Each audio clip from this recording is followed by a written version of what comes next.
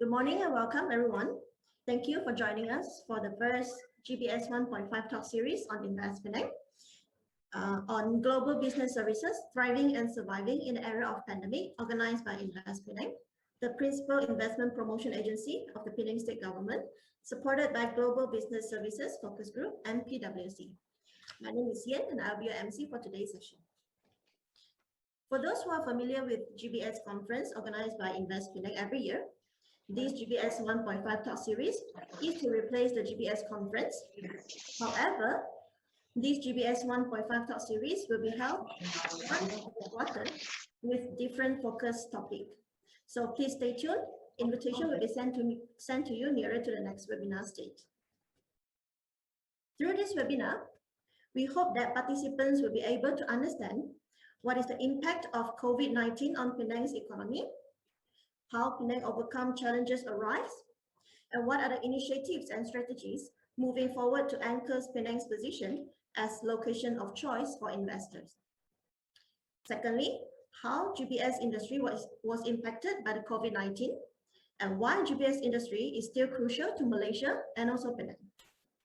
And lastly, what are the new ways for GBS organizations to survive and thrive in the post-pandemic and how business leaders should prepare to sustain their GBS operation.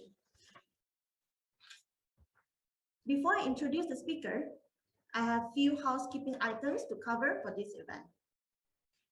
This event is being recorded and scheduled to last for 1.5 hours, including the Q&A session. For your information, this session is also currently live on InvestPenang's Facebook.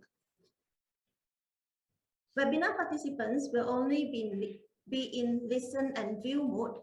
So if you would like to ask any questions, please type in your questions in the Q&A box, not the chat box. We will answer the question during the Q&A session later. A recording of this webinar and slide presentation will be made available on InvestPenang's website at www.investpenang.gov.my and also our Facebook page. So please follow our Facebook page for more updates on Penang's industry. Now, without further ado, I would like to introduce our distinguished speakers.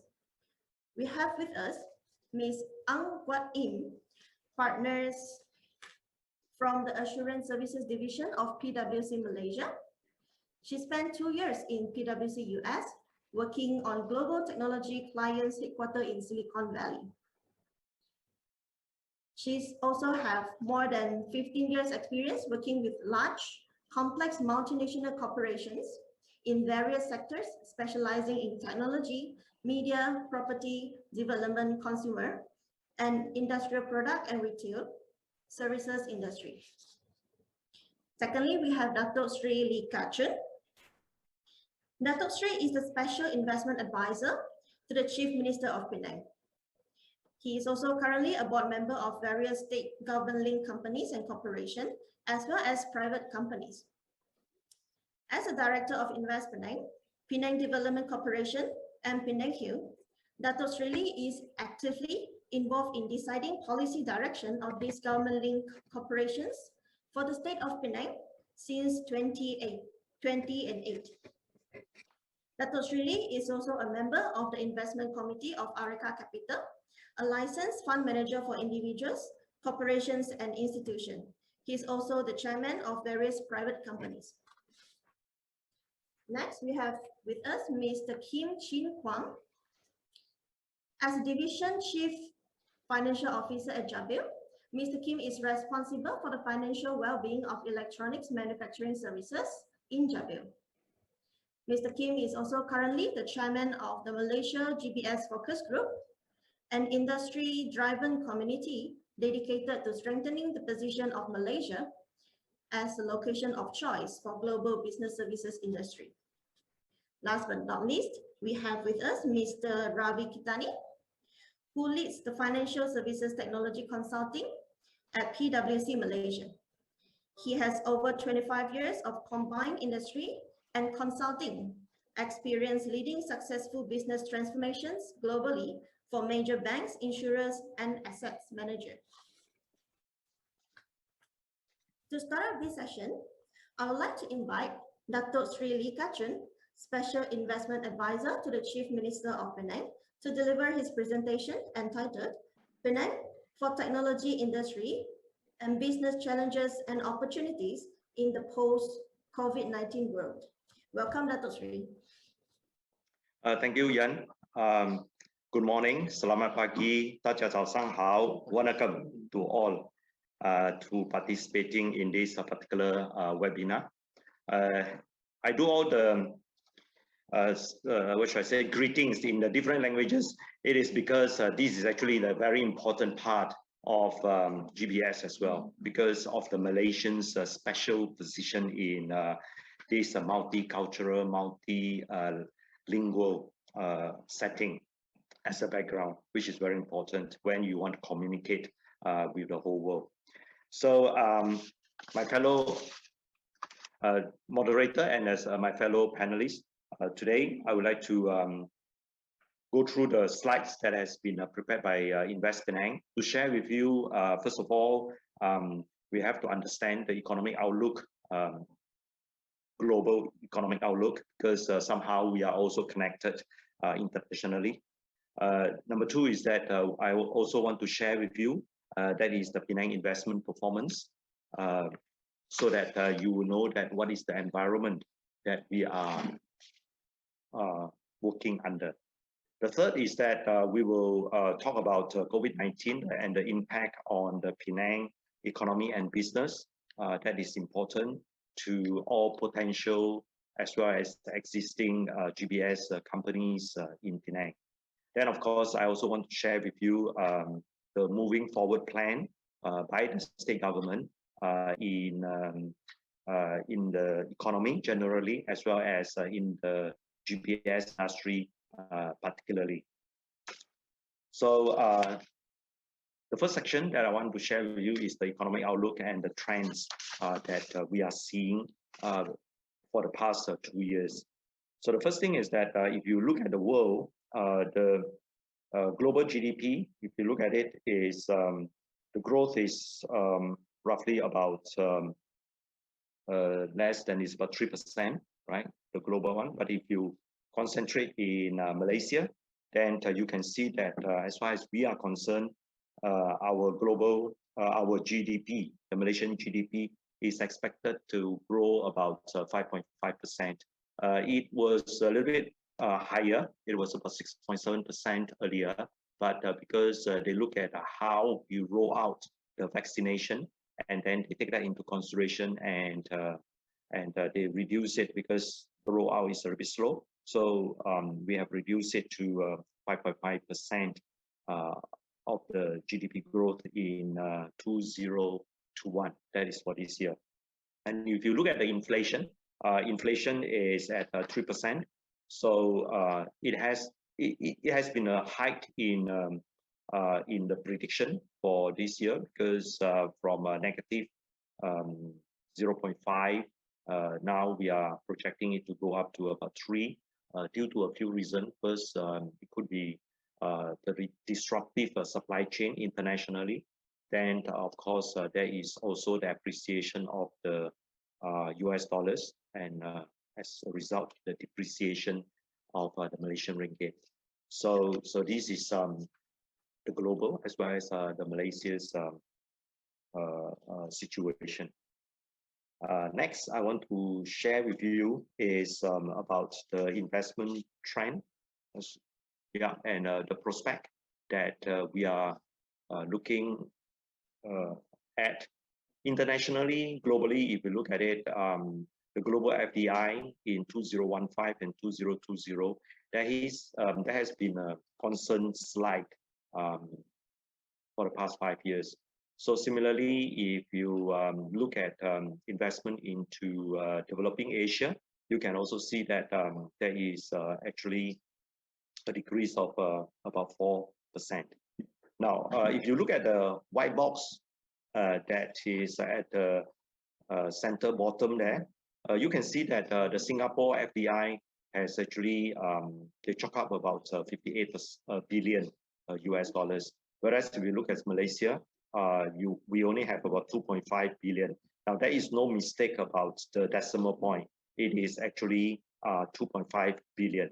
But the Malaysia's government at the moment is actually disputing that particular figure as well. And I also personally feel that that figure, I don't know how they do it, because when you look at FDI, there are a few ways to measure the FDI into Malaysia. As far as MIDA is concerned, we are looking at approved investment. So once these investors, they make the application to MIDA, once it's approved, then it goes into MIDA's record. But of course, implementation is another issue. Then there is another way of looking at it is actually net investment. Net investment, it is how much come in and how much it goes out. For example, if you have a repatriation, etc., etc., so that will net off, then that figure will be much lower. Then the other one is, of course, on gross. So this figure that we have, the 2.5 billion, I suspect there is a certain maybe misunderstanding as to the figure that has been used by some of these organizations. And why I say that is also because later I'll show you another slide. Penang alone for 2020, that is where the figures show up. Actually, for Penang alone, we already chalk up for 14.1 billion Malaysian ringgit. So if you divide that by 4, that actually is about 2.5, 2.6 billion USD already. So if the figure is 2.5 billion US dollars into Malaysia as a whole, then this particular figure will show that, will mean that Penang alone actually take up all these 2.5 billion of investment. So as a result, this 2.5 billion, I think, is a little bit on the is a little bit on the low side, right? Next, I would also want to share about ASEAN. So we have a slide on this digital ASEAN. So there is some important information I think we need to look at so that we can put things into perspective as to how businesses will move, especially in the digital economy. So if you look at ASEAN, we are going to be the 4th largest internet market in the world, right? And you look at the population, we have about 300 to 400 million people. So it is a very sizable market. And it is also a very important market because over the past 30, 40 years, ASEAN has actually developed more or less a common market like European Union, but without the political as well as the common currency that is plaguing the European Union at the moment. So this ASEAN club, actually, it is mainly on business. So the important thing is that we streamline all the tax as well as tariff within this particular region. So as a result, business within the member state are actually very robust and vibrant. And then, of course, if any investors into these member states also can enjoy the free market within the member states of ASEAN. So this is actually a very, I would say that important market of 360 million people. Then in terms of unicorns, of course, if you compare with the United States, we are very much less, but nevertheless, we are also there. So at the moment, we have about 14 unicorns in Southeast Asia, and I'm quite sure that there are going to be more to come.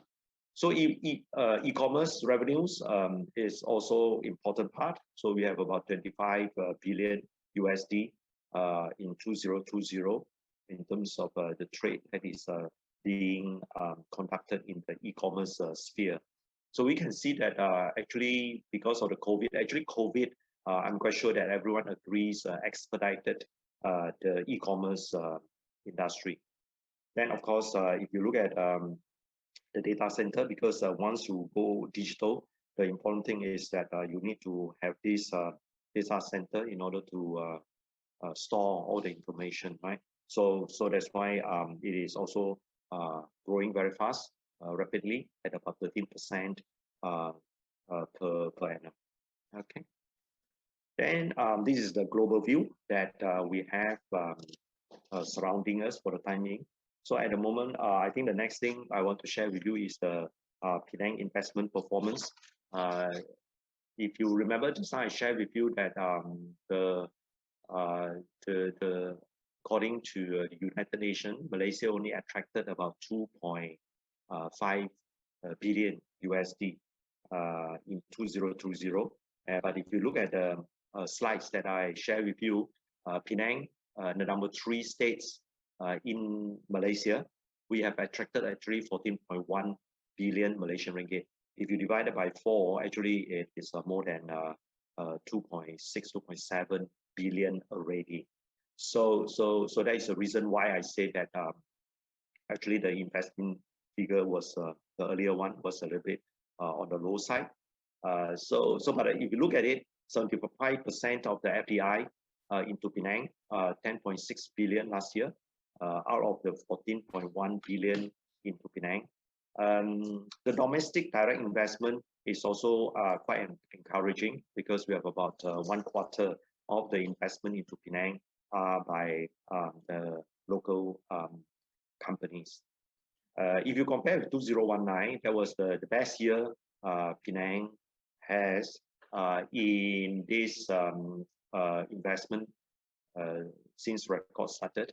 So we have about 17 billion investment. So you can see that out of the 17 billion, 89%, actually quite high, was in this was from FDI, whereas 11% of these 17 billion was from domestic direct investment. So Penang, even though in 2021 March onwards we experienced the COVID-19, and then in 2020, sorry, it was 2019, it was okay. It started off with 2020 March. We still have quite a robust investment into Penang, despite the COVID-19. But also we also have to be cautious and be mindful that the 2020 investment figure was actually the work that we have done in 2019. So the challenging year for us will be 2021, because for 2020 the investment mission that we can do will curtail, right? So that's why we are actually working very hard now in order to lock in some of the investment for 2021. Okay, so the next slide is about actually it's not 1.4 billion, right? It's a 14 billion investment flows to Penang last year despite the pandemic. So if you can see that, one thing I want to share with you is in 2020, if you look at the blue bars, sorry, if you look at the 2019, the yellow bar, in 2019, you can see that E&E was actually nearly 60% of the investment into Penang. But in 2020, that is last year, that is only it was only about let me see, E&E products, sorry, I rephrase it, 2019, most of the investment, about 60%, was in E&E, right? but in 2020, that one actually was only 34%. Compared with the machinery and equipment, in 2019, it was 14%, and in 2020, it has gone up to 40%. But all in all, in summary, you look at all these machinery equipment, science measuring equipment, E&E products, actually, they are actually linked to electronics product, because machinery equipment, as well as science measuring equipment, they are also electronically based equipment. Okay. So these are some of the companies that has actually made Malaysia their home. Some manufacturing with GBS, and some are pure GBS companies. So those at the bottom, you can see that Swarovski, Wilma, Clarivat, they are all pure GBS company. On the right hand side, it is interesting. These are the 7 out of the 11 companies that has actually decided to move to Penang or expanded into Penang in 2019 and 2020. Now, they are very good companies. I spent a little bit of time on this. Lam Research actually extended Penang's E&E supply chain to even before this fab, right? Because Lam is manufacturing the equipments to make to be put in a fab, right? So that is something, is a breakthrough for Penang, and as a result, actually many supporting industries of Lam has also take roots into Penang. So it is a very significant investment into Penang, and also a very important expansion of the Penang supply chain. The Smith and Nephew is medical devices. Then of course Kisa is expansion. B. Brown medical devices expansion. Bosch is also the expansion. Dexcom is another interesting company. It was a startup not long ago, but today is one of the world fastest moving company as well, because they are doing this glucose monitoring system, which is very I would say that very popular, especially in the Western world.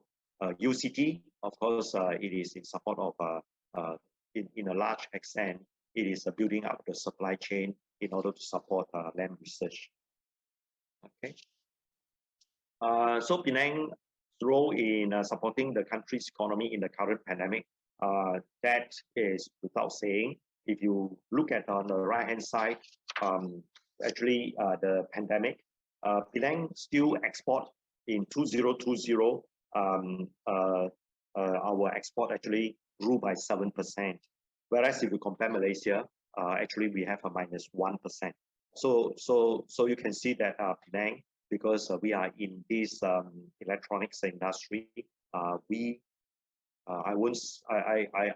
don't think I am putting too much to say. I'm not saying too much if I say that Malaysia in Penang in 2020 actually supported Malaysia's economic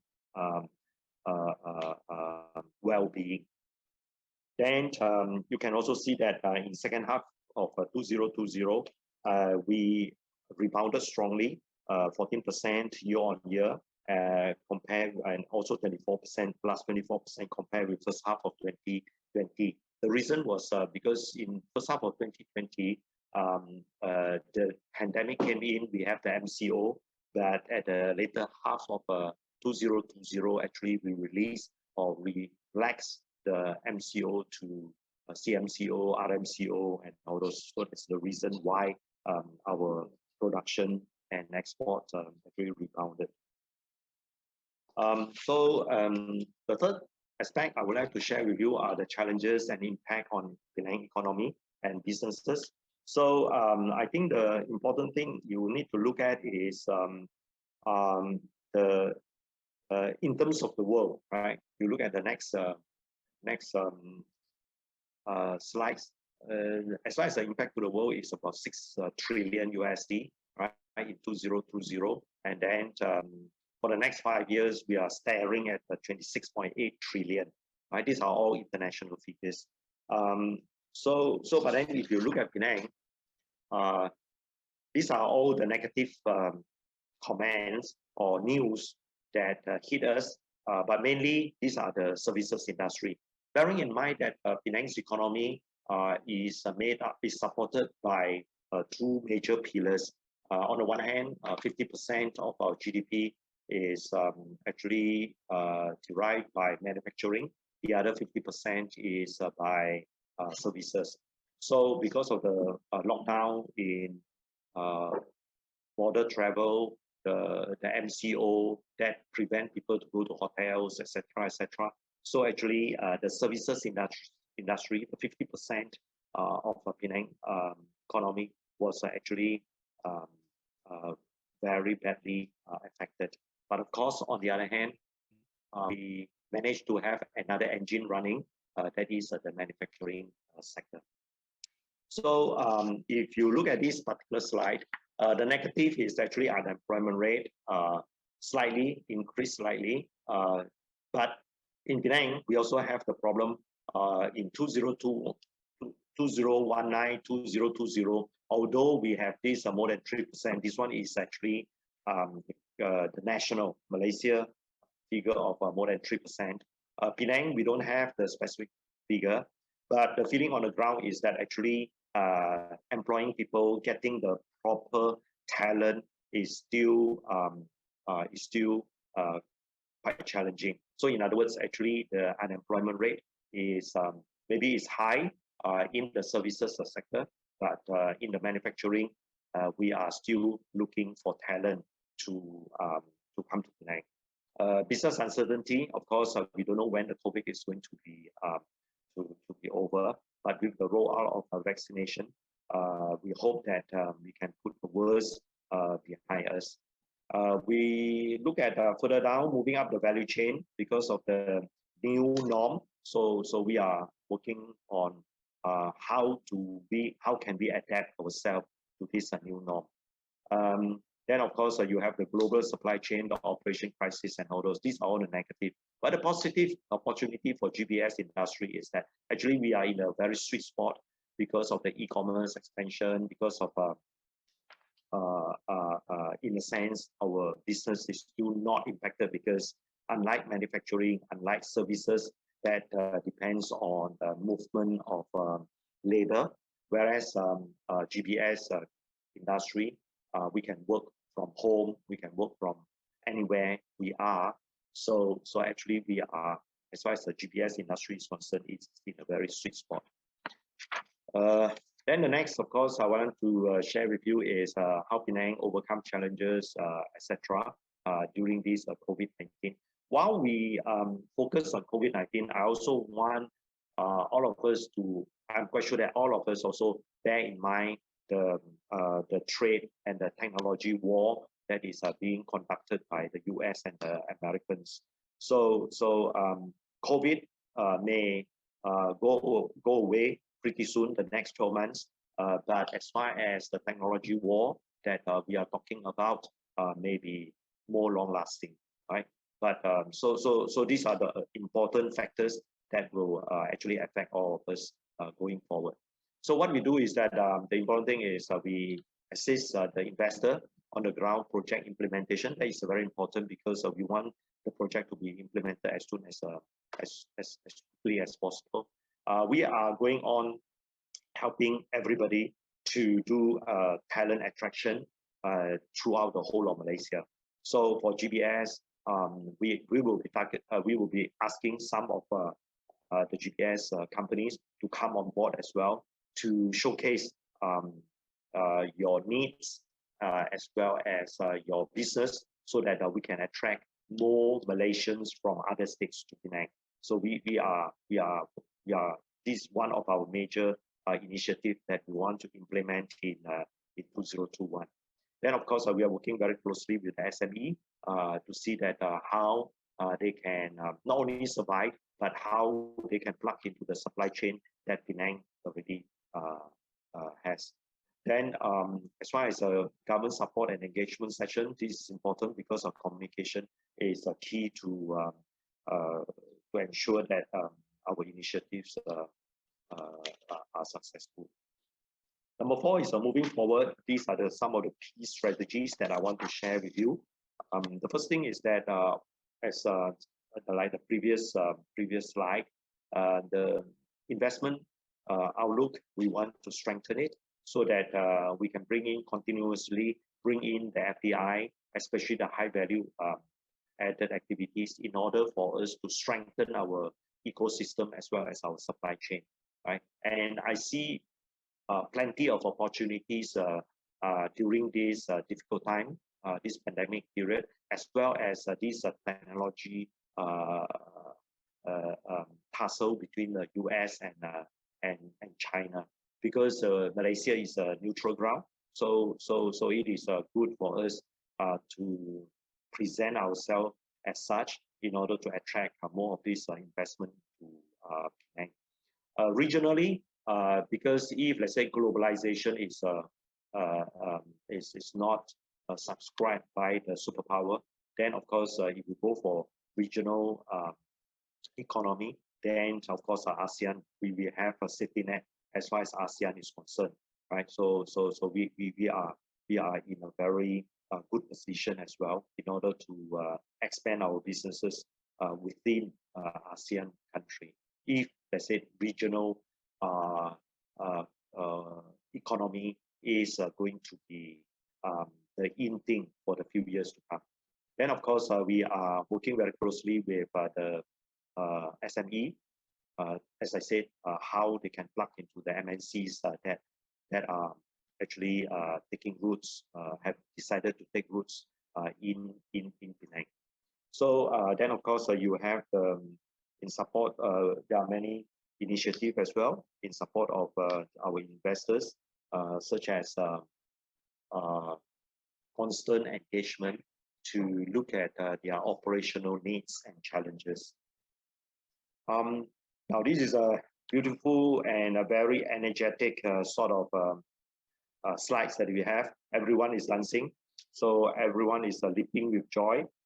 I hope that we are using this to showcase my Penang, my workplace. Penang has many things to offer. It is a resort-like living. It is a good place for people to come. Our costs of doing business is very, very competitive. Be it rental for the space that we need. Now, if you are talking about working from home, our rental rate for accommodation is also very competitive.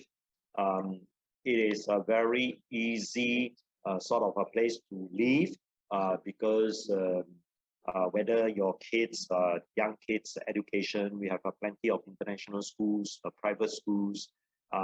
Healthcare is not a problem because we are the foremost state.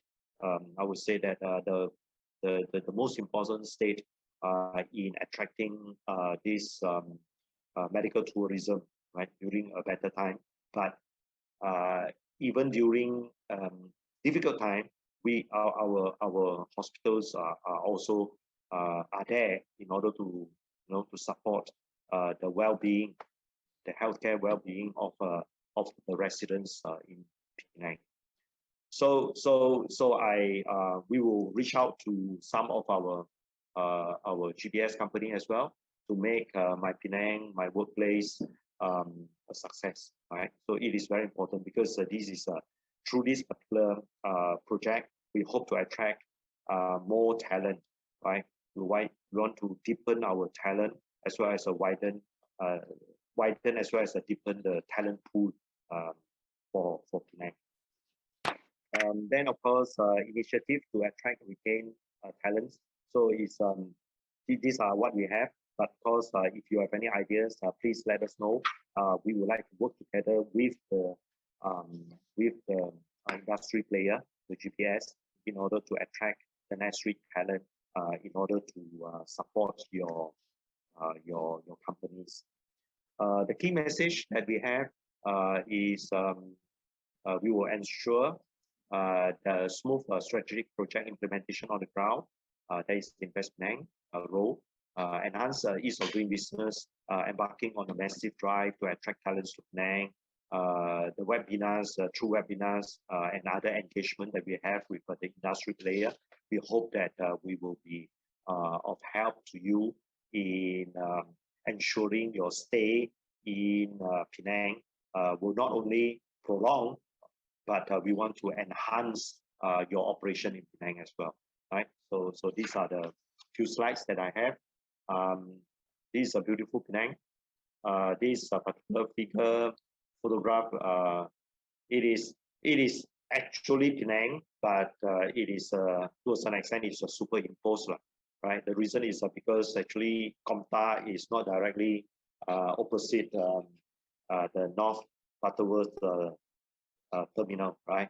But it is photoshopped in order to let you see, put into one slide the best of Penang, but it is not manufactured to impress you. It is actually Penang.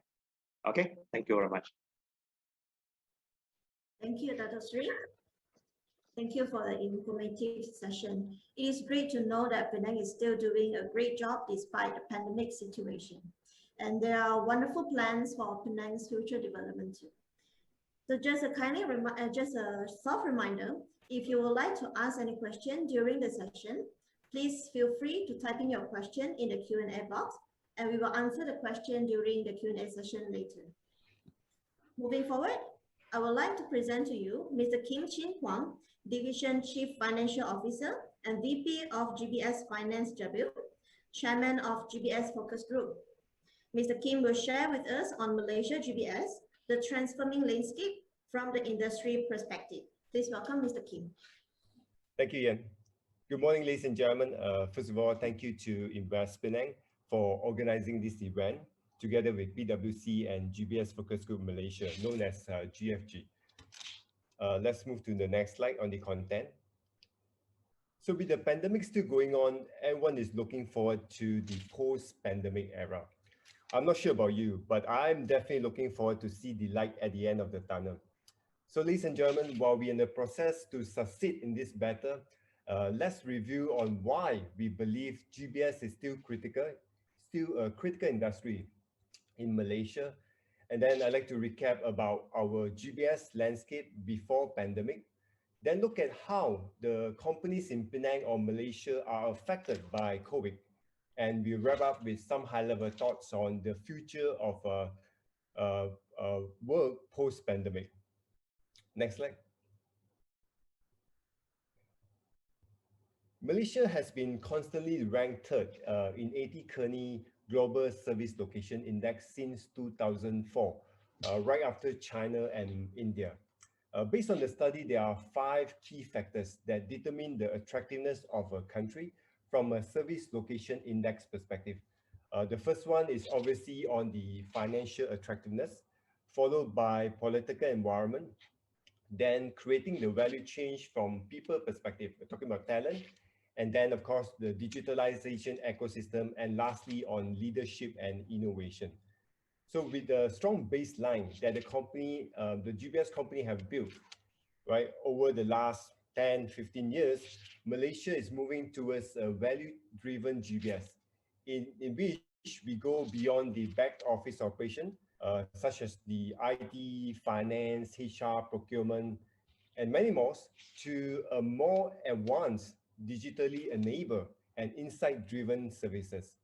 For example, we have GBS company in Penang that has successfully spearheading digital transformation within the organization through the setup of data analytics and Factory of the Future initiative, where they focus on hybrid cloud computing, IoT, edge computing, next generation network, open source software, and artificial intelligence.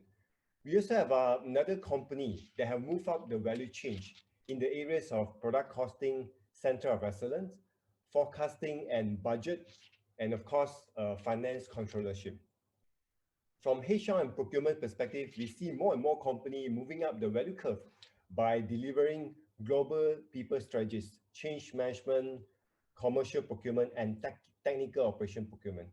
So these are just some of the examples of the transformation of our services. And I'm sure there are more great achievements of GBS companies in Penang.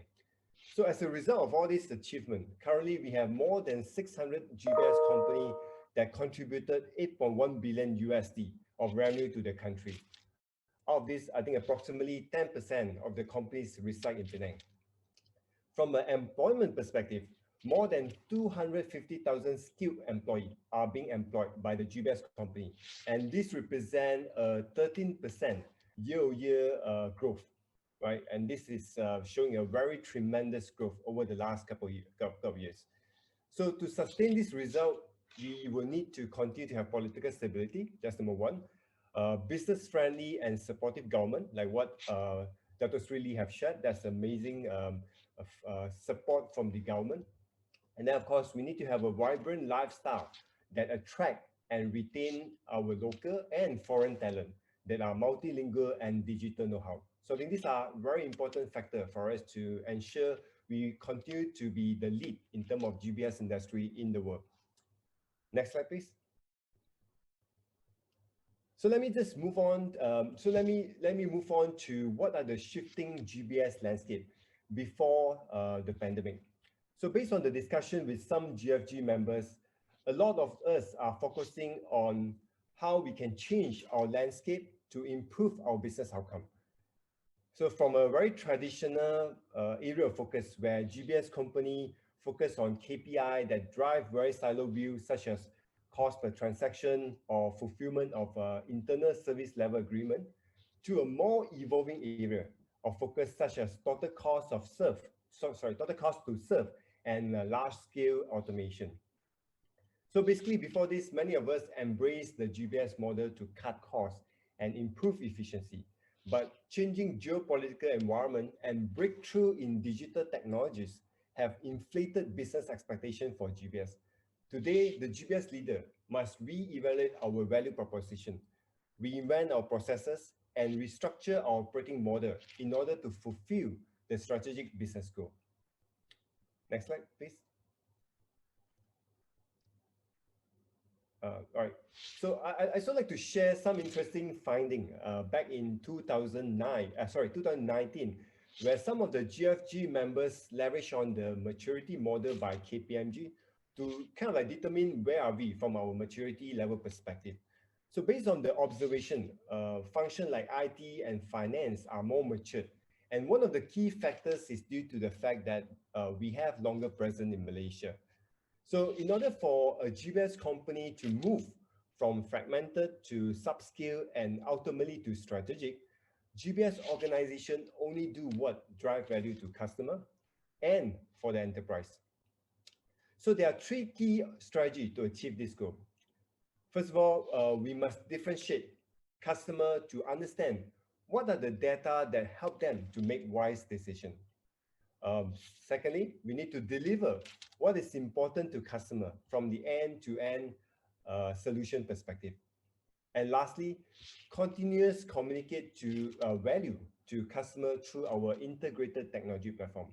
So these are the three key strategies that we believe will enable us to upskill and also move to the next level from a skill to a strategic perspective. Let's move on to the next slide, where we will review what are the GBS offerings that we will change over the next few years. So as you can see from the studies, majority of the GBS companies already have transactional and basic conceptual tasks as part of their service portfolio. This is aligned to with our understanding within the GBS companies when we did our maturity assessment. So to enhance the future role of GBS towards stronger value and customer focus, a more sophisticated and advanced service offering is key. So with strong baseline that we built over the last 10-15 years, most of the GBS company would like to explore more towards business partnering, advanced insight and analytics, and digital initiative. So this is the offering that we are looking forward to have as we move beyond this pandemic. Let's move on to the next slide, where we can review what are the impact of pandemic towards GBS company? So based on the survey conducted, you'll be surprised that majority of the companies has performed very well during the pandemic, as they only suffered minor impact due to a smooth transition to remote operation. In fact, more companies believe that GBS setup will become more important, and the pandemic has also accelerated a more comprehensive digital adoption, like what Dato Seri have shared just now. Next slide. This study was done by MDEC, and it indicates that almost 98% of the companies have implemented remote working practices since MCO, and 86% of them still continuing the work from home post MCO. In fact, only 2.4% struggle, very small percent of them struggle due to the insufficient digital infrastructure. And we have to understand that employee working remotely or from home are still expected to complete the task based on the given deadline. So do you think the fellow Malaysian are able to cope with new working environment? Let's find out more in the next slide. This is a very positive indicator, as majority companies' employees are more efficient and productive as compared to working in office. These feedbacks, of course, dispute any notion that working from home condition may generally result in low productivity, as there are external factors which might affect productivity and efficiency, such as family duties, your kids, there are a lot of side impact when you work from home. But again, this study shows the other way, right? So for my interaction with the GFG members in Penang, one explanation is that employees work longer hours in their so-called home offices, which is not a good thing. But there are other key reasons why GBS contributed significantly. First of all, our process did not break despite being remotely, because they are refined and uniform across the globe. And secondly, the GBS have strong business continuity plan that were heavily tested and in place within the GBS organization. Next slide, please. So with positive productivity output during the era of working from home, 84% of the respondents is considering to formalize the remote working practices post-COVID. This is a very interesting journey, as companies see this as an opportunity to reduce our overhead, right? Because we don't have rental and no utilities, everything will be cut or reduced.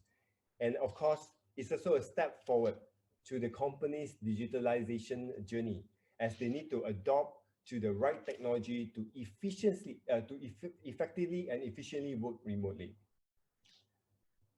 Next slide, please. I'd like to close by providing a high-level overview on what will be our future of work post-COVID-19. So with all the lessons learned during COVID-19, GBS companies should continue to build a more flexible, agile, and resilient global GBS network to keep pace with the changing expectation and potential unforeseen circumstances like what we go through during the pandemic. So in order to be flexible, agile, and resilient, we need to adopt the anywhere workplace concept, right? Like what Dato Sri have shared just now, where we no longer need the GBS employee to work in a particular office.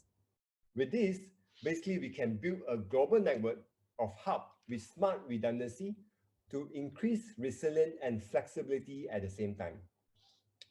In other words, we can hire literally anywhere in any state in Malaysia or even out of Malaysia that will create a global ecosystem to support the company needs. Then the next question is, how do GBS company achieve this goal? One of my recommendations is to invest in dedicated center of excellence to steer our digitalization and innovation effort. In order to achieve this goal, we need a truly automated processes without the requirement of human intervention. And Gartner coined the terms as hyper-automation. So basically, the goal is to strategize an end-to-end intelligent event-driven form of automation that deliver an effective combination of automation tools with multiple machine learning application and also, of course, software, right? Obviously, once we have the automation in place, the GBS company can optimize our productivity since the end-to-end process automation can perform faster than human, of course, and then it's error-free. Besides, it will also help us to improve our analysis and insight, since the automation able to create more data that can be analyzed to better understand our process performance. While this is going to be a very exciting journey for GBS, for future GBS, there are few critical competencies that we need to acquire. Firstly, we need to have a robust infrastructure that is flexible so that we can support the rapid and secure deployment. Of course, with the evolution of cloud technologies and software as a services deployment, it will enable us to adapt to these needs at a faster pace. Secondly, we need to ensure we have a robust governance and security protocol in order to support any new technology deployment. One thing for sure, when we started to deploy automation framework in a company, it will create security risks. It will create new security risks. It is important to select a platform, right, that is ready to handle GBS industry expectation. So among some of the consideration for enhanced governance and security protocol, of course, we need to have certification and compliance of the automation platform, right, that we choose. So the partner that we choose, we need to make sure they are compliant. And then, of course, we need to ensure the user access control is tight and encryption of data. And lastly, solid audit trail. So these are the factors that we need to consider when talk about control and compliance. Lastly, we need to be able to attract the right digital talent. I think we talked, Dr. Sri shared a lot about digital talent because we need this digital talent to strengthen our capabilities so that we can support any new advanced service offering. Of course, at this point in time, especially in the environment in Penang, talent with digital skill set has always been a limiting factor for GBS company. But since working remotely become the norm, GBS organization can consider expanding our new talent sources, right? So instead of just hiring a permanent roles sitting in the office in Penang, we should look at share resources, right? Share talent pool with other GBS organizations, maybe engaging freelancer, gig workers, or even outsource out to service provider. So there are more options now with working from home environment, okay? So these are some of the potential future work that can happen post-COVID. However, no, I have a caveat here because no, we also need to take into consideration the social and emotional aspect of our team because I understand working remotely may pose other challenges. Okay, that's what I have for now. Thank you very much. Back to you, Yan. Thank you, Mr. Kim. Thank you for the wonderful sharing. I believe now we understand more on the importance of GBS industry to Malaysia and also Penang. Of course, we know how will be the potential future of work post-COVID-19. And finally, may I invite Mr. Ravi Kittane, the Financial Services Technology Lead at PwC Southeast Asia Consulting, who will be sharing with us on GBS resilience in the new world of work, GBS post-COVID, PwC perspective. Over to you, Mr. Ravi. Thank you so much, and thank you so much for inviting me for this wonderful webinar. I heard with very keen interest Dato Sri as well as Kim talk about the where's Penang and how is it positioned, as well as what is happening in the GBS industry. So as I was looking here, listening to Kim, it dawned on me that we are both coming from different places, but we have very, very similar thoughts, which means that we are actually converging onto something from a GBS standpoint. So just to give you a brief introduction to myself, as it was mentioned before, I've got more than 25 years of experience. The last 2 years before I joined PwC in June of 2020, I was part of Royal Bank of Canada Global Business Services here in KL, as well as in cyber, RBC had 2 locations, and I was managing the inflow of work as well as the automation of our capabilities globally out of KL. And I think that gave me a very good sense of 2 things as to how this industry has evolved and is evolving prior to COVID. Obviously, COVID is a game changer, but also, where is Malaysia, and specifically, how does it fit into the global network of GBS and where those differentiators are. With that, if you can move on to the next slide. So I'm going to cover 3 things today. The first thing is very brief background on how we look at GBS in Asia, some of the competitive advantages. I think there were some questions in the forum of, where does Malaysia sit compared to the different locations? Provide an industry perspective on the pandemic, what has really happened due to the pandemic and what has changed specific to the GBS industry, and leave you with 5 thoughts as to how you want to prepare for the future. We've got 170 people, and each of you must be thinking as to, from Dr. Sri's perspective, the opportunities that Penang provides, from Kim's perspective as to what is it that we can do to, to prepare ourselves for the future. And I'm honestly, kind of past the pandemic. I want to think about, what's going to happen. And there are 5 ideas that, I want to present today. Go to the next slide, please. The next one. So one thing that, we all, people who've been in GBS for a long time think that this has been around for a long time. But in reality, GBS is a very new concept. 55% of GBSs are less than 3 years old in Asia. So I think gives you a sense of how new and evolving this industry is. The services that are being offered are primarily HR, F&A, IT. And as you can see, there are a lot of other industries that are also coming up that services are being offered.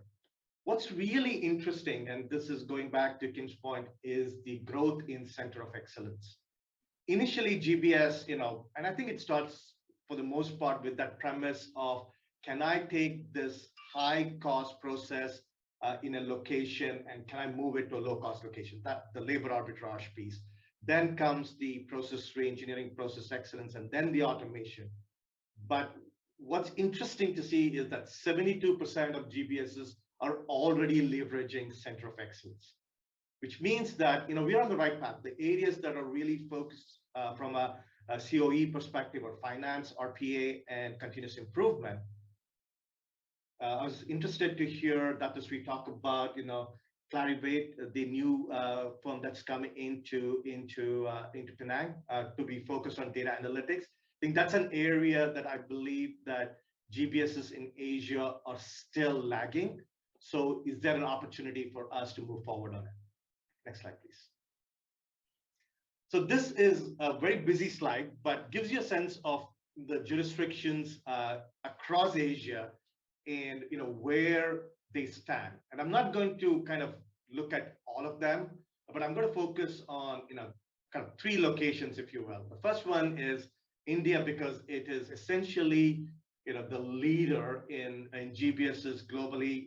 It's been around for a long time.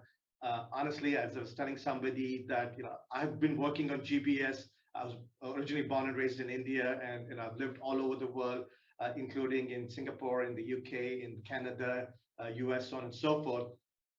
I started thinking about GBS and talking and working with GBS even before it was called GBS. So it's been around for a long time.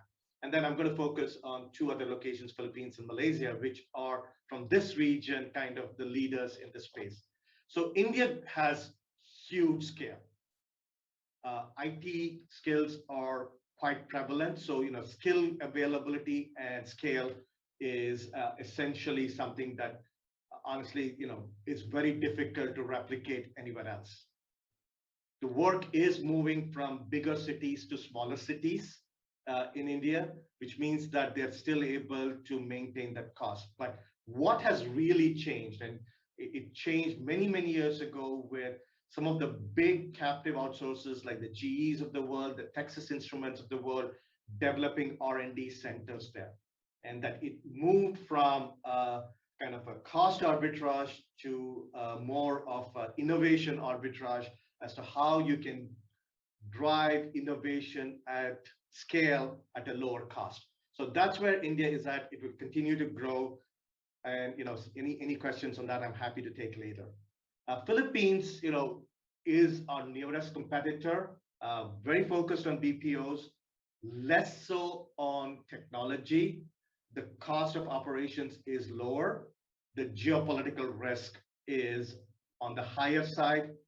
Definitely the climate risk is on the higher side as well. So some things to think about. Philippines, it is very strong in the BPO sector, continuing to invest on the technology sector. There are some gaps in terms of skills from a Philippine standpoint.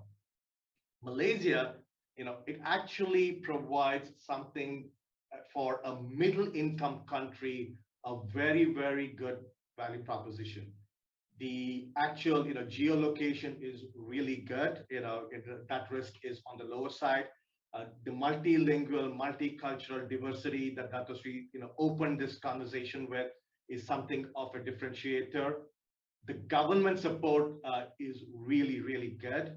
The locations, obviously, KL, Penang, Cyber, Iskandar are the key locations.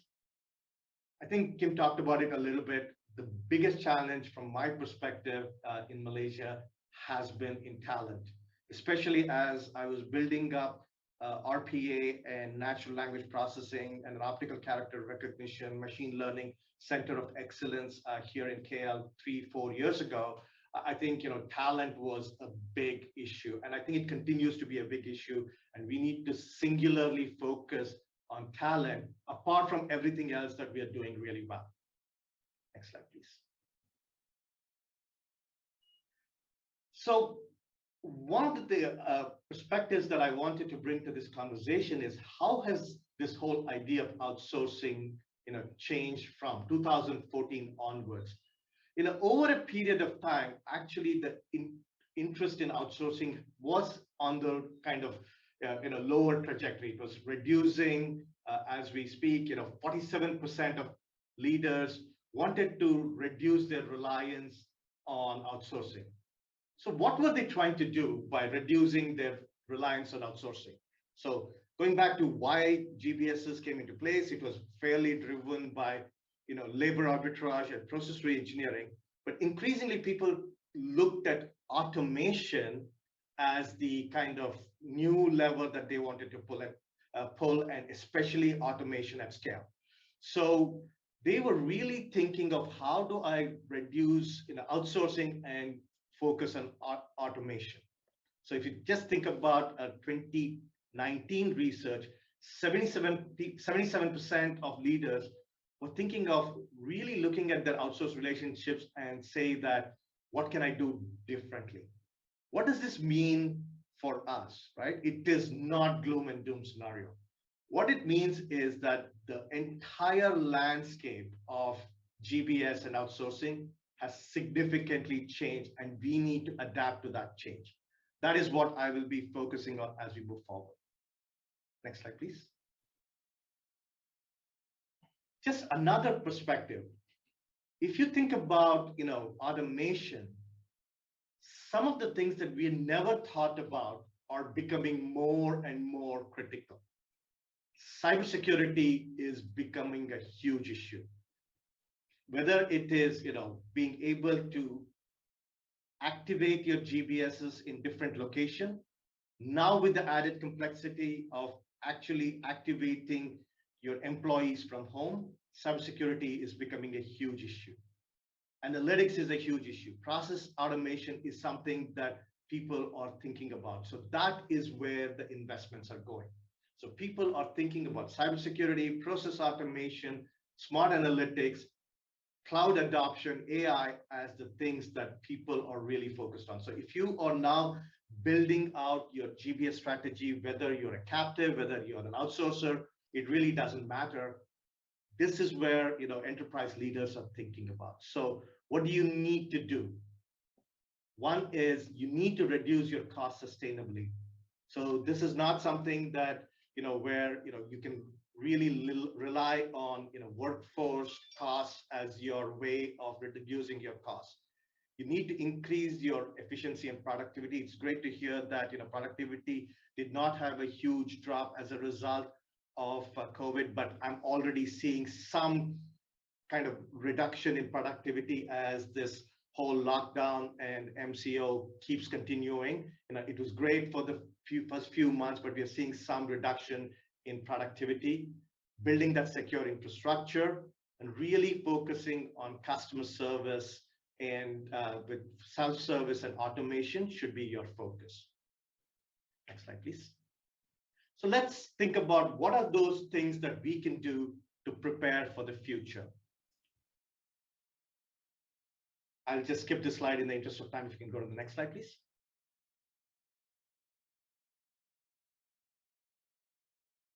Can you go to the next slide, please?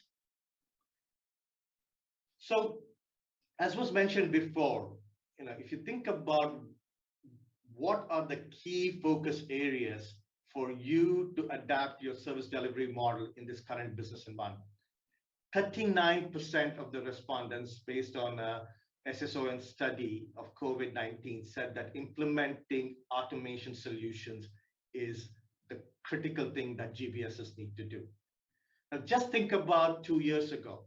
What was the KPI that all of us in the GBS industry was focused on? Number one would have been to increase the workforce.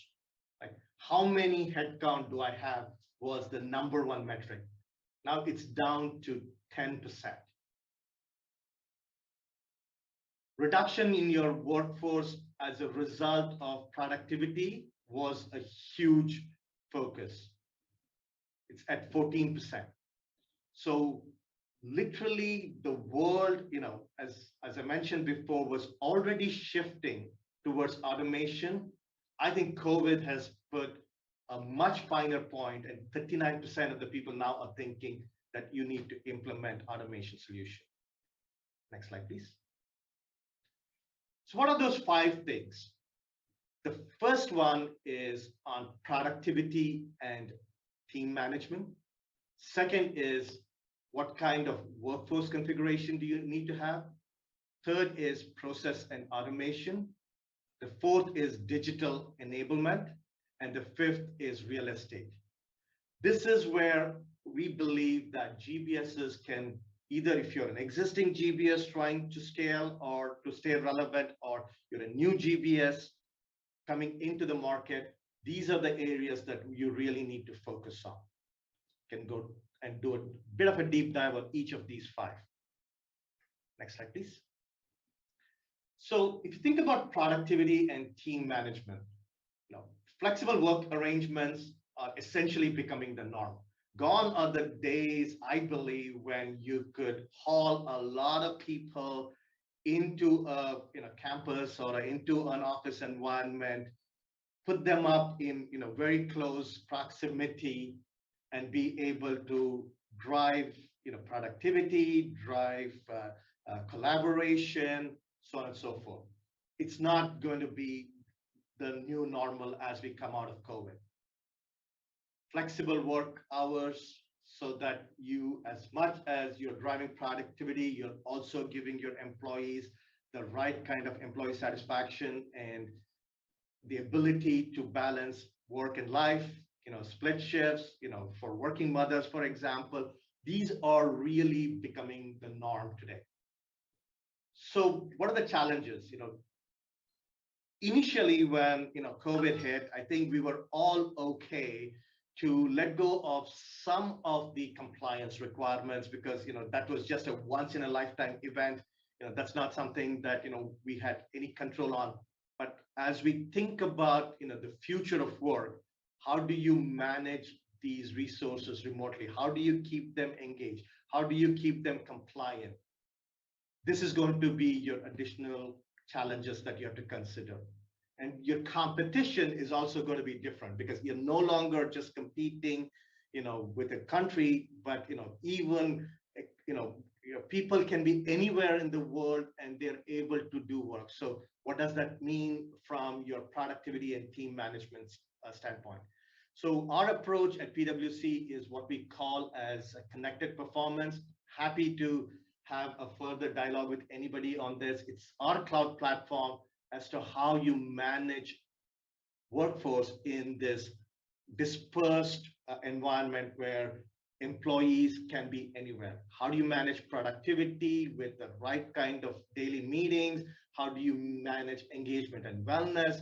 How do you build new skills? How do you use real-time data to manage performance? And I know we have a whole suite of capabilities to help with that. And I believe that whether you use ours or any, this is now becoming more and more important because you no longer have that physical proximity to look at somebody, to manage somebody, to have that coaching conversation. You just don't have that ability. So how do you do that in this in this environment is something that we all need to think about. Next slide, please. The workforce configuration, right? So not everybody can be remote. Not everybody wants to be remote. So how do you actually manage that in this environment? I'm also cognizant of time, so I'm going to go a little bit faster. So how do you manage that optimum mix of who's going to be at work, who's going to be working from remote, and how does that engagement look like? BCP has taken on a new meaning in this world, right? It's not like earlier there was a famous example where I was working for a GBS organization when we had a whole big facility in Prague essentially taken down by a major flood. We were able to charter a plane and moved everybody to our other center in Latvia. That's not going to happen anymore, right? Because the challenges that are there today are very different. So how do you actually build that BCP and disaster recovery environment is something that we need to think about. Next slide, please. We've spoken a lot about process and automation. I personally have a lot of interest in process and automation. I'll leave you with just one thought. There's a lot of material to support this. We at PwC do a lot of work in this space with what we call as connected digital enterprise. No longer is process automation something of a nice to have. It is now an integral part of everybody's digital strategy. So if you want to be successful, deliver that omni-channel experience, you need to have process automation. But the tool set to achieve this has improved by leaps and bounds. Gone are the days where somebody had to do actually a process map, by physically, sitting next to somebody who's doing the work. There are process mining tools. There are optical character recognition tools. There are low-code development environments like an Appian. There is, intelligent automation tools like a UiPath Automation Anywhere, Blue Prism. There are many, many technologies. But the one thing that I would leave you with is that it needs to be end-to-end. Next slide, please. We're using Zoom today. Digital enablement, something that we had thought about for a long time, is essentially now a given. There are so many technologies available, whether you're using a G Suite or a Slack or a 365 or using cloud. This is becoming critical, and this is going to be a differentiating factor. And Dato, we talked about digital Penang and the focus on digital, and this region being fourth in terms of internet connectivity. This will be a differentiator. How do you essentially look at digital enablement, look at your maturity, and really build your digital workforce around those enabling tools, and have a strong capability in this, because this is no longer a nice to have. To my last slide, real estate. I think the world of real estate has significantly changed. Offices as we know it were designed in the 1960s. Cubicles were designed in the 1960s. I believe coming out of the pandemic, I think that is not going to be the norm. Just a research that I read recently is that if we have to put all the people back in the office 100% of the time, with all the contact tracing, with the social distancing, everything else, organizations need 5 times the space of what they have currently, which is not economically viable. It's not environment friendly. So you need to really think about what that new real estate strategy would look like. What would be the health and safety measures that you're going to use? What's going to be your HVAC strategy? What's going to be your contact tracing strategy? All of these are coming into place. And as all our doctors say that this is the once in 100-year event that we had COVID, but we cannot bet that another one of these will not happen soon enough, right? So the risk management around this has to increase significantly. So how you redesign and your workspace and really design for the future with all the measures that are in place, with the remote workforce taking into consideration, is really going to be critical as you go forward. So with that, I will kind of end my presentation. I do believe that the future for GBS is bright, but it is going to be very different from what we know. Back to you, MC. Thank you, Mr. Ravi. We certainly have a clearer picture on how GBS industry is evolving and how the GBS business leaders should prepare in order to sustain their business operations. Now, before we proceed to the Q&A session, we would appreciate if the speakers can switch on your camera for a quick group photo.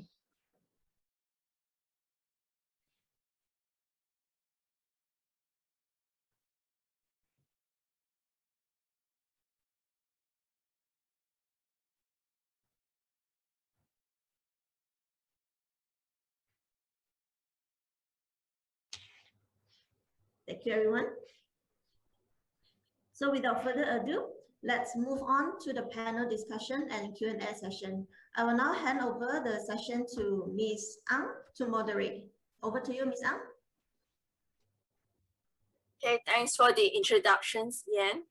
A very good morning to Dato Seri, Choon, Mr. Kim, and Ravi, and everyone in the audience. Wow, we have a really large crowd today. Thank you for joining us. Great sharing from each of the speakers this morning. I hope you all have gained some new insights from the sharing this morning. And with such an esteemed panel of captains of the industry, I must admit that I was a bit intimidated as I stepped up to this moderator role. But I'm really excited to hear the views and thoughts of our panelists on this very interesting topic that we have today. Global business services, thriving and surviving in the era of pandemic. I think the timing of this talk is apt as we just recently crossed the 1-year mark of the beginning of lockdowns around the world. 1 year ago, we all woke up to a whole new, different world. GBS organizations around the world and the people, the humans that make GBS ops run like clockwork every day, suddenly couldn't even show up for work. It has been a tough year, with humanity united by the challenges of a global pandemic, travel bans and isolations, economic collapse, and stay-at-home policies. 1 year on, we are all still in sweatpants, still missing our friends, and still working from home. We adapted, we survived, we look forward with hope. Question is, how do we in the GBS thrive despite of everything and come out on the other end stronger than before? So let's hear from our panelists. In the interest of time, I will start with Mr. Kim, who has a hard stop at 11:30. So I want to make sure we get all his insights while we can. So if I may, Mr. Kim, right, as we know now, widespread economic uncertainty brought by the pandemic and the confluence of events is motivating many MNCs to re-evaluate their organizational structures and foreign operations. In your view, Kim, how should Penang capitalize on this changing environment and effect relevant change to position itself as a prominent destination for GBS investments? And I'm going to put you on the spot here while we have Dato Seri's ear. Would you please give us a list of recommended changes that could effect significant positive change for GBS investors in Penang? Kim? Thank you, Ms. Ang. Great question, right? I think, first of all, for information, Dato Sri has always been a strong advocate for GBS industry in Penang. So at this point in time, Penang is third in terms of our GBS presence in Malaysia after KL and Selangor. In fact, over the last 2 years, we see a lot of growth in Penang as the state have continued to promote GBS as one of the key strategic initiatives. Obviously, we will continue to have challenges as our neighboring developing countries will have lower costs of doing business, and the new OECD compliant policy will impact the tax incentive for GBS companies that have lower level in activities, as I shared in my earlier presentation. So with all this disruption or changes in place, GBS companies in Penang will need to move up the value chain. So in order to enable us to move up the value chain, the following will be some of the support that we need from the Penang government. Right. First of all, I think we need to enhance our ecosystem support from the perspective of talent and digital ecosystem supply chain. So from a talent perspective, I'd like to share some of my experience, right, where GBS focus group started to work with Institute of Higher Learning back in 2019. So when we conducted our workshop with the students and the university, to our surprise, 95% of the students thought GBS is a call center. So as such, they have no interest to join any GBS companies. Besides, we also realized that the university doesn't offer any curriculum that is related to GBS. So the GBS focus group committee, with the support of InvestPenang, NCIA and MDEC, have done a tremendous job over the last 2 years, where we started to introduce GBS curriculum in some of the university. However, at this point in time, I need to recognize that the number of university involved is still minimal, and if the state or the country are interested to grow this industry, we need to prepare the talent pipeline accordingly. So recently, I also have a lot of feedbacks from the members that with the growth in GBS industry in Penang, other new setup companies are hiring our existing members. So this is not a good sign or to the companies because we need to collectively work with InvestPenang to work on talent farming initiative to avoid talent war. So we have proposed to Dato Sri and of course the InvestPenang government to set up a GBS academy in order to address this issue. So we hope to get the GBS company support, as we need participation and of course we need funding to make this happen. So next, from a digital ecosystem perspective, like what we did for the E&E or semicon industry in Penang, I think the government or the Penang government have done a tremendous job. We need to encourage more automation service providers that have operation in Penang, as currently a lot of these members have to engage overseas automation service provider. So I think this is another area where we need the government help to support, right? So the next help we need is to have a robust infrastructure, like what I shared just now, the future of work. So we need to upgrade our infrastructure from 4G to 5G, and we hope to get this very soon, because speed and connectivity do matters in our business. So I also believe we need more next generation network and facilities to house more new GBS setup in future. From the policy making perspective, we hope the government will continue the Penjana program that provide incentive for us to upskill, reskill our talent. And lastly, we also need the government, the Penang government, to look at how can we attract our fellow Malaysian outside of Malaysia, outside of the country. We have millions of them.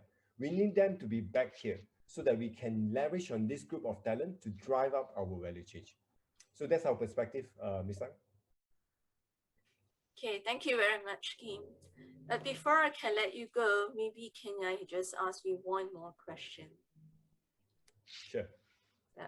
So no doubt technology, as you mentioned, is transforming the GBS industries around the globe.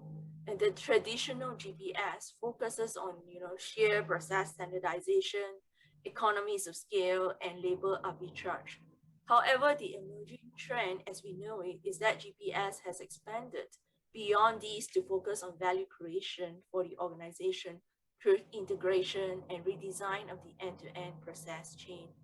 So Jabil GBS has been at the forefront of IT and digitalization GBS.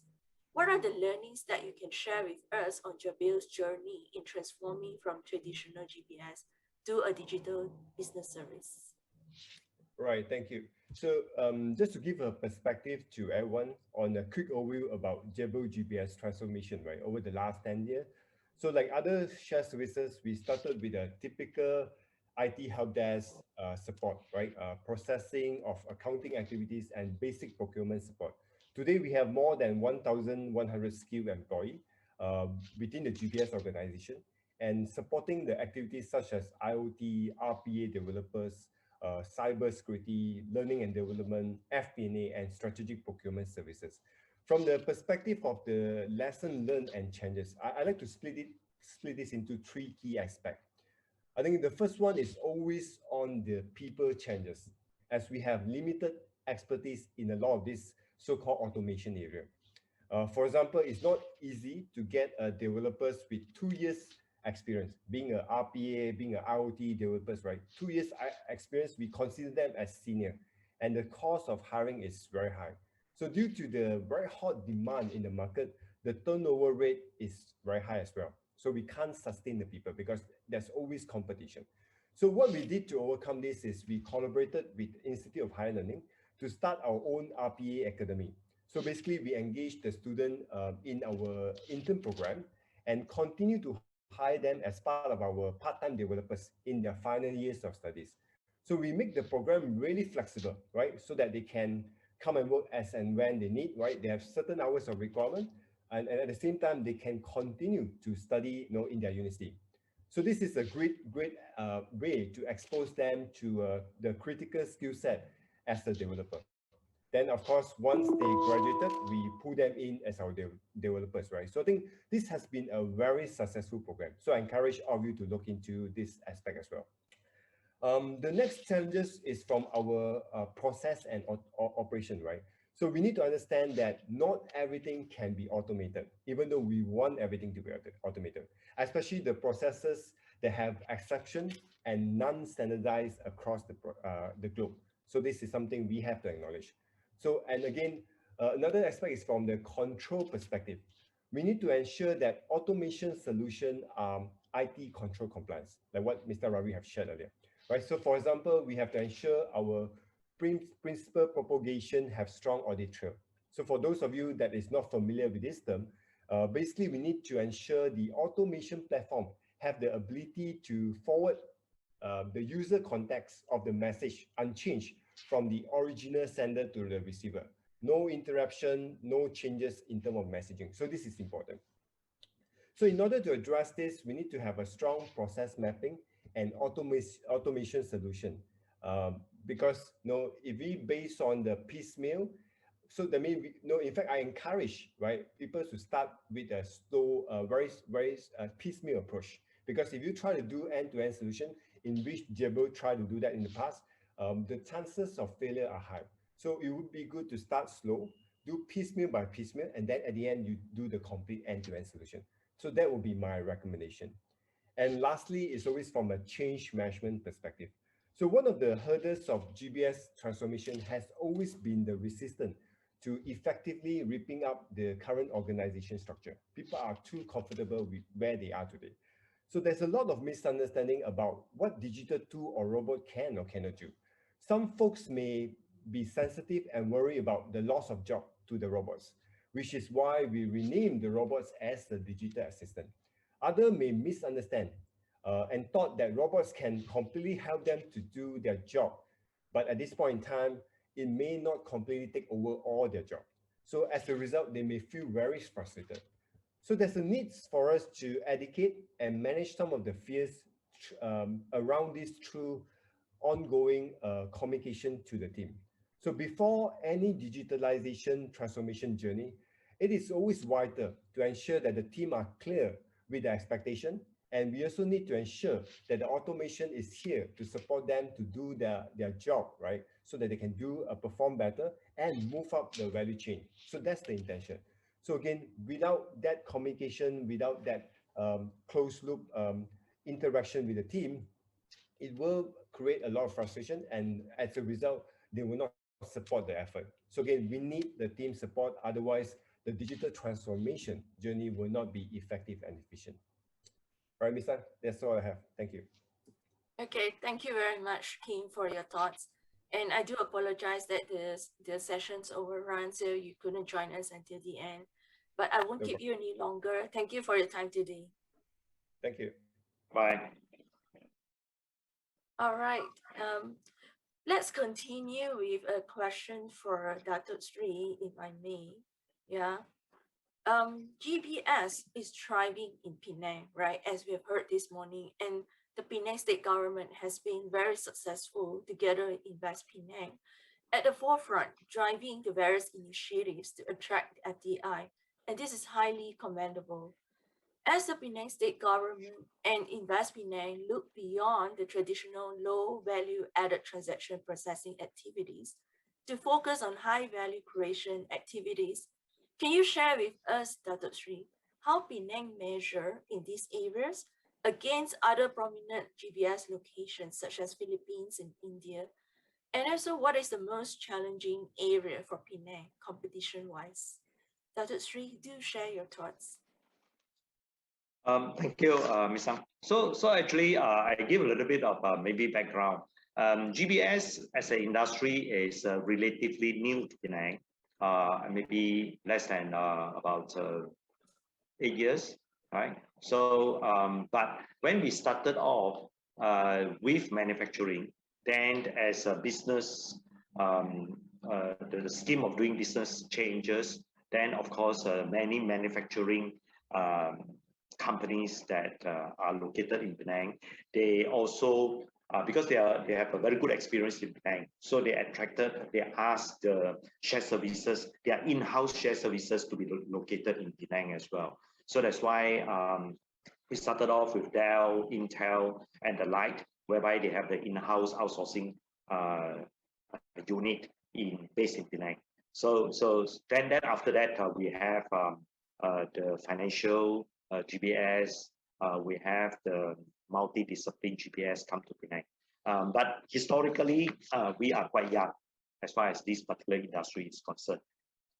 But as far as the state is concerned, we look at this particular industry as a very an industry that is full of potential that can ride on what the state is working on. It is very important for Penang and for companies to come to Penang to have an environment for them to work, live, and play. So 10 years ago, the government went on this theme of making Penang a place, a destination of choice for people to work, live, and play. So that's why you can see that we move into we adopted the green concept, the eco concept in developing the state. So Penang Island, if you look at it, and Penang state as a whole, from anywhere you move to between 2 points, within half an hour, you will be able to get there. That is one. Then the second thing is the play site is abundant. You can get to the sea in half an hour. You can get to the hill in half an hour. You can get to the jungle, the national park in half an hour.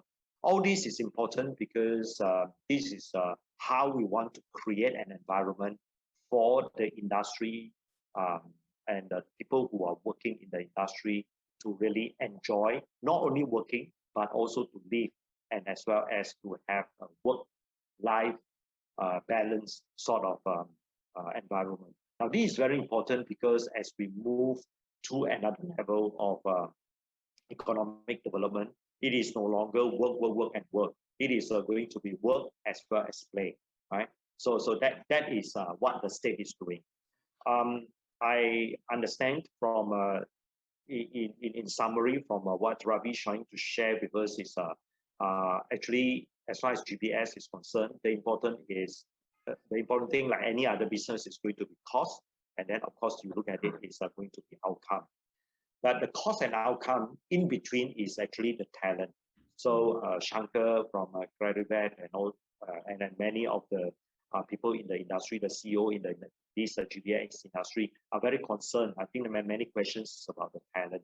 So if you look at the cost and the outcome, the most important thing is actually the talent, because talent also contribute a big part to the GBS cost. And in order to have a good outcome, then of course the talent is very important. So if you look at it from the Malaysia's perspective, it's also very conducive for GBS industry as a whole to grow. Why? It is because under the national government, the federal government, we have a certain incentive to allow people to come into Malaysia freely, the business pass, if let's say you are MSC status company. Now, traditionally, we have been very closely linked the MSC status with the GBS companies that we have in Malaysia, because they are on the high-end value-add sort of industries. So I encourage the industry player to really look into the MSC status, can apply it from MDEC, and once you get it, then of course you will be able to supplement your workforce with international talent. So that is one aspect that we must not actually overlook. Now, the other part is that as far as the state government is concerned, we also, in our journey to develop Penang into a GPS hub, not only for Malaysia, but also regionally, it is like we have embarked upon, first of all, to build up the infrastructure. That is very important, because either you work from home or you work from the office, but the connectivity internationally is very important. So the backbone is important to us. So we need to wire up. So we have embarked upon a digital connectivity project for the whole state, so that we can be connected internationally, globally, in a very easy manner. So that is on the state side. Now, on the talent side, we are going on a massive recruitment drive to help the companies to get their talent. If you look at the overall situation, it is actually very encouraging as well.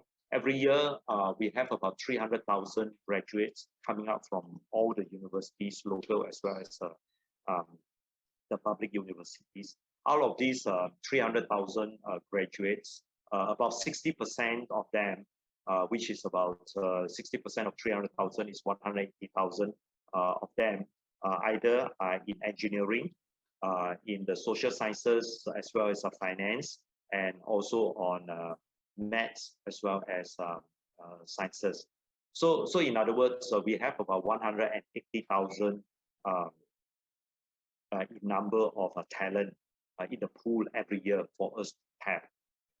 As far as Penang is concerned, because of our good environment, the work, live and play environment, we are convinced that we can attract a big number of these 180,000 Malaysians to come to Penang to work, right? So we are actually working together with the industry in order for us to work out the scheme, incentive scheme, in terms of how we can support them to relocate to Penang from their home state to Penang. That is one. The other one is also to, first of all, to actually to publicize Penang as a work-life balance environment for the younger generation to come to work. Then, of course, we also have to convince that it is also a state whereby they can have career advancement in their life to come here to participate in the workforce, and also for them to learn. I mean, life is not about only looking for money to survive, but it's also looking for the satisfaction of doing something that you want to do. So all in all, the ingredients is right. We are working with the industry to attract all these people to Penang. So the talent, we totally understand that is important, not only to the GBS, but also to the manufacturing as well as the service industry as well. So Penang, my personal view is that we have all the ingredients to attract this talent to come to Penang. Thank you, Dato Sri, for your thoughts on this. And yeah, I really share your views that it needs to be a wholesome ecosystem for people to live, work, and play in the state of Penang. It's not just work, work, work. Now, speaking of talent upskilling, if I may ask Ravi for your thoughts, what do you think about or your perspective on talent upskilling? Yeah, I think talent, as I mentioned even in my initial comments, that is a huge area of focus, and I'm happy to hear Dato Sri talk about what is being done. But I'll give a slightly different perspective, and I think picking up on something that Dato Sri said is how do you make your location as attractive as possible? The work, live, play, it is important. It's a new generation of talent. It is just not the same generation that we are used to. And it's not, it's Gen Z or whatever is the latest thing that we talk about. I think their motivation is very, very different. And it is not to say that, they're slackers, they don't work hard, any of that stuff. It is absolutely not true, but they need to be engaged, they need to be enriched in a very different way from what we were used to, right? Like when we all grew up, work was everything, and we actually delineated work from play, right? Like they were two different things. Right? Play is something that I do on the weekend, work is something that I do through the weekdays. That's just not the way the new generation thinks. So that is, one aspect of talent, attraction that you need to think about. From an enrichment perspective, we all know that 70% of what we learn is at work, right? So it is incumbent on folks who are in the GBS industry to give a lot of stretch opportunities to people. Like even in my personal experience, when I came here and had to set up an RPA lab, I'm talking 4 years ago when it was all brand new. Like I did not actually go out and hire anybody from the market. I went to my operational folks and said, tell me who are the big, brightest people that you have in your kind of talent pool, and let me get them and put them on really stretch assignments. That's how we actually drove that talent. The last piece that I want to talk about talent is also the continuous learning process. It's something that I picked up from Satya Nadella, and he's, when he was asked as to what really changed at Microsoft, from the previous years when, as they were stagnating as a company, and and what he has done in the last few years is, anything but phenomenal. Is that how do you get an organization to have that learning mindset? And how do you go from where you learn once and you apply the skill to that continuous learning mindset? So that is, to me, critical. In summary, I think you need to engage your people differently.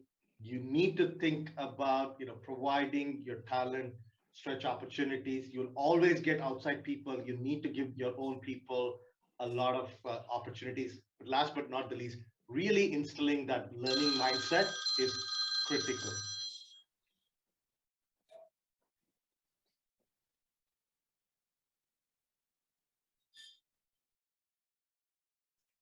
Thank you, Ravi, for your thoughts on the talent upskilling. If I may just take another question from the floor. Dato Sri, we have a question for you. You spoke about economy and FDI into Malaysia and Penang. So with the acceleration in the adoption of cloud services, 5G, and Internet of Things, it drives toward demand for data centers, and Singapore becomes a key epicenter. Anything Malaysia and Penang are doing to tap on this? Recently, both Facebook and Google just announced its undersea cable from US to Southeast Asia through Singapore and Indonesia. Do you share your thoughts, Dato Sri? As far as the data center is concerned, why people go to Singapore despite the land cost is more expensive? The reason is because of the connectivity, right? The cables that go through Singapore. So that is infra issue that data center has to consider when they want to locate their data center. And then, of course, come with it is all the technology and all the employment that go in servicing these data center. As far as Malaysia is concerned, Peninsula Malaysia is concerned, we have a Cyberjaya.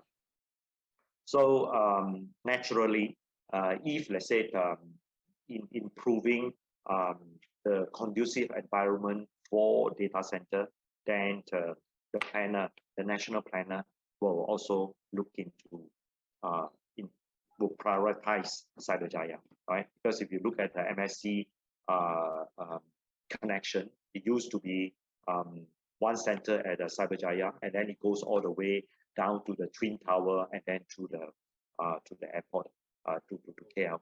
So Penang, in that sense, we are in terms of latency, we do have a challenge, right? We do have a challenge, but that doesn't mean that we can't leapfrog.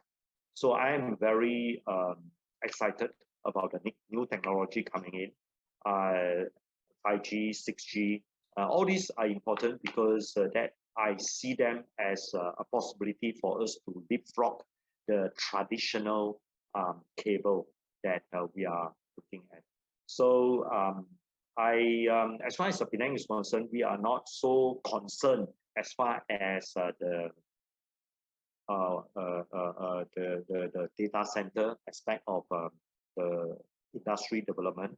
We are actually more focused on how are we going to get the talent, right? Because at the end of the day, I am convinced that as long as we humans drive the economy, we humans still in control of this planet of the Earth, we human is the most important factor in the way how we drive our business.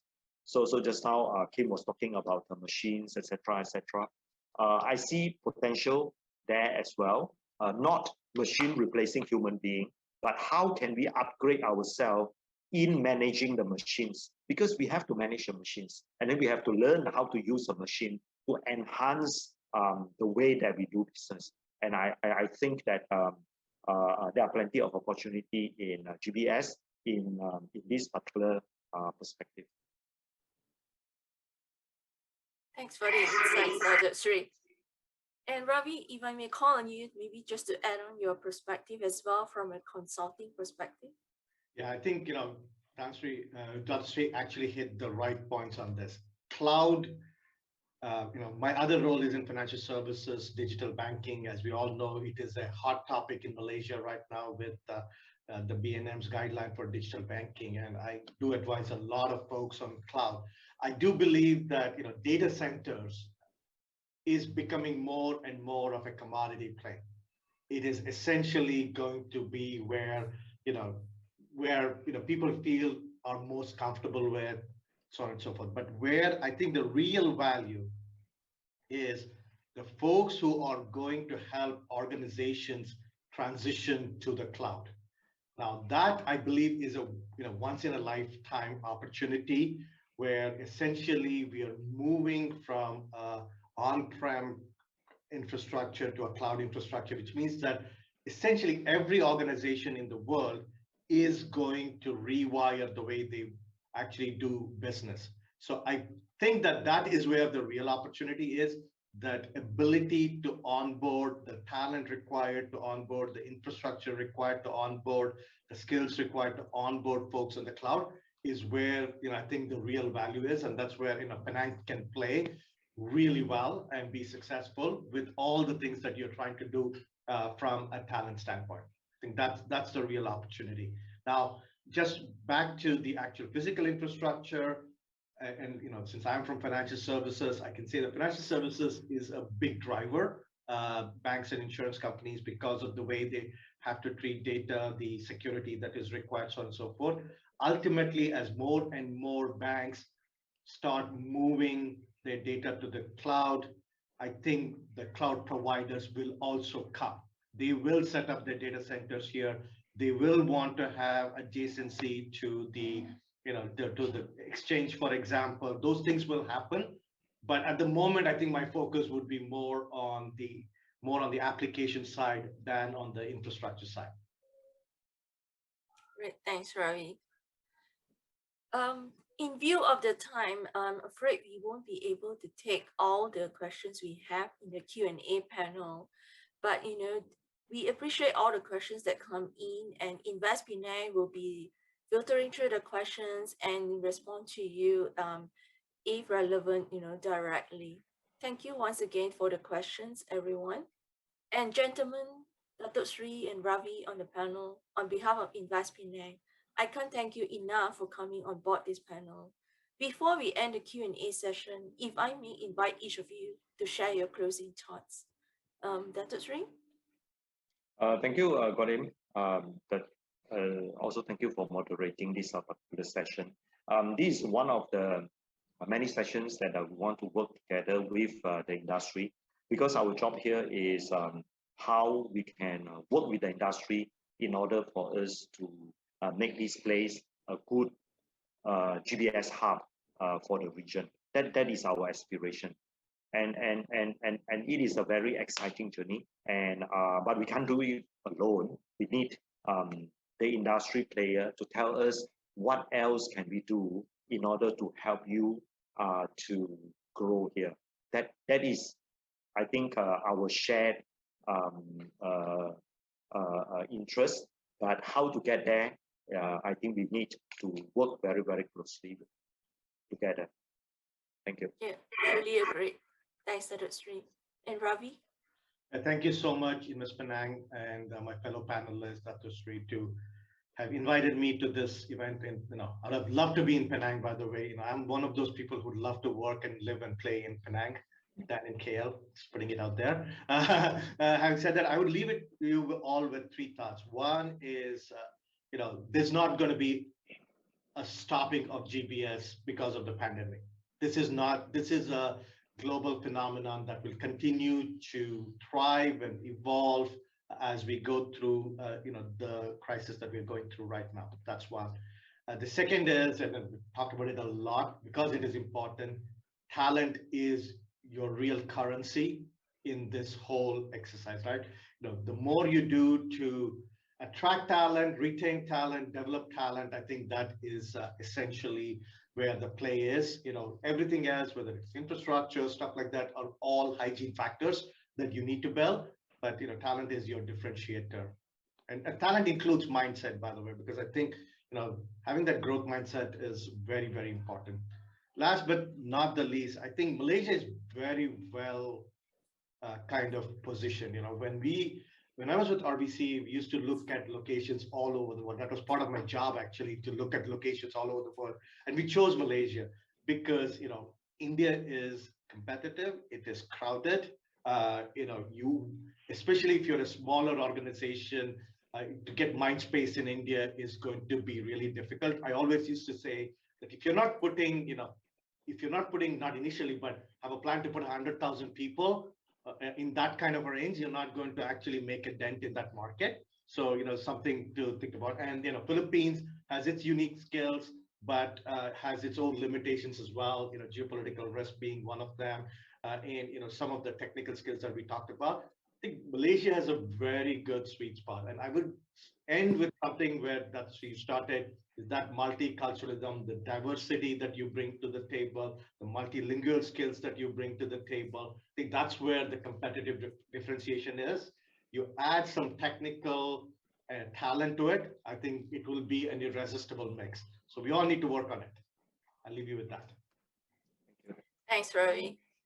Thanks again for spending time to share your opinions and insights with us on this important topic. If I may quickly summarize what we heard today, these are the key takeaways in my mind.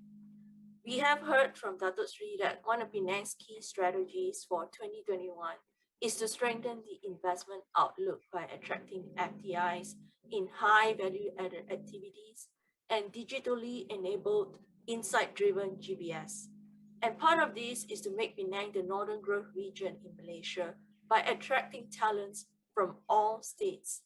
And we have heard that GBS should build long-term resilience in our service delivery model by engaging and communicating with our teams to manage the productivity impact of remote working arrangements, increase visibility of performance, and adapt ways of working. We also heard that GBS should plan our real estate strategy for the new normal, including opportunities to downsize or share existing footprint, redesign spaces, and track contacts. Last but not least, GBS should upgrade the technologies, infrastructure, and hardware required for a digital and dispersed workforce. Excellent discussion, gentlemen. Thank you all once again, and I'll hand it back over to you, Yan. Thank you, Ms. Ang. Great, thank you, everyone. We appreciate you being here, and we hope that you had a great time and lots of takes away from today's session. Once again, thank you to all our speakers for the insightful sharing, and to all the participants, thanks again for joining us today. Don't forget to follow InvestPenang's Facebook page and LinkedIn to get more information on our upcoming events or webinars organized by InvestPenang. We truly look forward to having you again in our future events. For your information, we will have our GBS 1.5 Talk Series #2 soon in June. Again, thank you for your participation. We truly appreciate your support. Have a nice day. Stay safe. Goodbye, everyone. Goodbye. Bye-bye. Bye-bye. Bye-bye.